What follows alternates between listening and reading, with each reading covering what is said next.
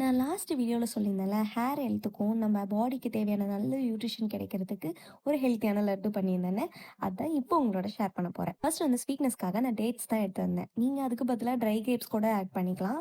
அது உங்களோட விஷ் தான். அதுக்கப்புறம் சீட்ஸ் எல்லாத்தையுமே தனித்தனியாக எடுத்து வச்சுக்கிட்டேன். Pumpkin seeds, sunflower seeds, watermelon seeds, flax seeds, அப்புறம் கொஞ்சம் போட்டுக்கல. இவ்வளோ தான் இந்த டைம் நான் ஆட் பண்ணியிருந்தேன். இதில் நீங்கள் வந்து சிசமி சீட்ஸ், வேர்க்கடலை, உங்களுக்கு பிடிச்ச நட்ஸு இது எல்லாமே ஆட் பண்ணிக்கலாம். அது முழுக்க உங்களோட விஷ் தான்.